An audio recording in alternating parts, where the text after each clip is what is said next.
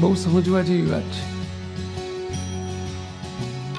ઉપાસનામાં લગીરે એક કાના માતરનો ફેર, જે બાપાશ્રીનો સંકલ્પ, ભગવાન સ્વામિનારાયણનો સંકલ્પ, સર્વોપરી શુદ્ધ અજોડ ઉપાસના.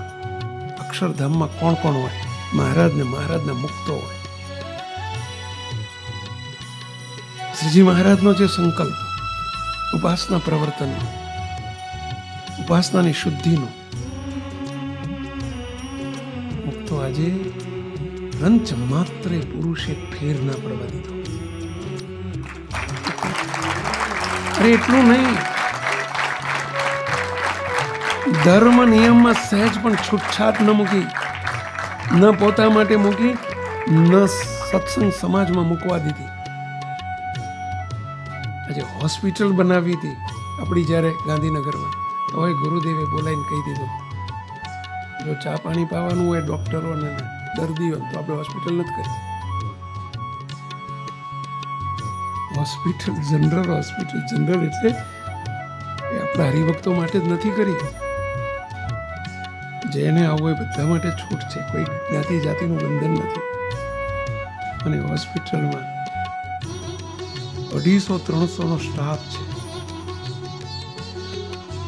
આજે દર્દીઓ ફૂલ ભરાયેલી રહે છે, અને તો નિયમમાં છૂટછાટ નથી આપી દિવ્ય પુરુષે.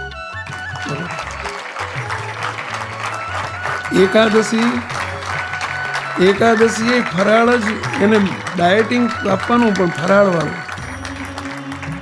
બરોબર, ડાયટિંગ જમવાનું ડાયટ ચાલતું હોય તો ફરાળનું. ચા કોફી નહીં આપવાની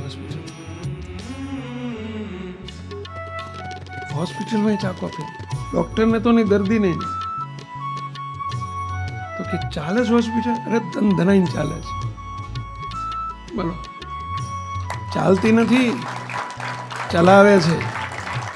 મહારાજ ચલાવે છે ને દોડાવે છે.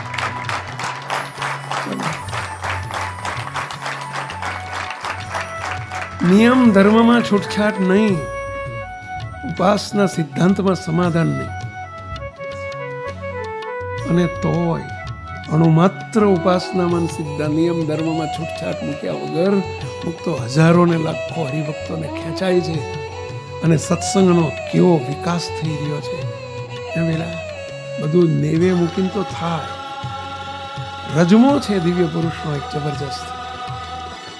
કોઈની મોહબ્બતમાં બાપા કહેતા, મેં કોઈની દાઢીમાં હાથ કાઢી નથી. અરે બાપા કહેતા, ગુરુદેવ બાપા કે કોઈ કે મંદિરમાં ઓલ્યું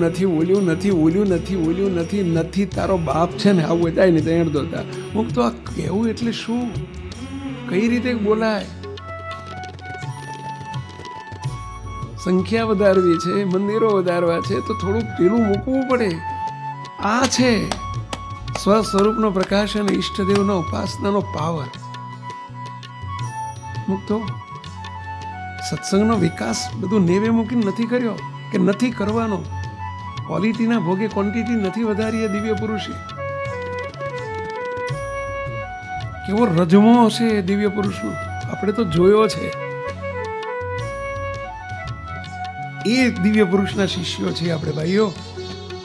કેફ રાખજો, મસ્તી રાખજો, એનો આનંદ રાખજો, એના ગુણ આપણામાં લાવજો.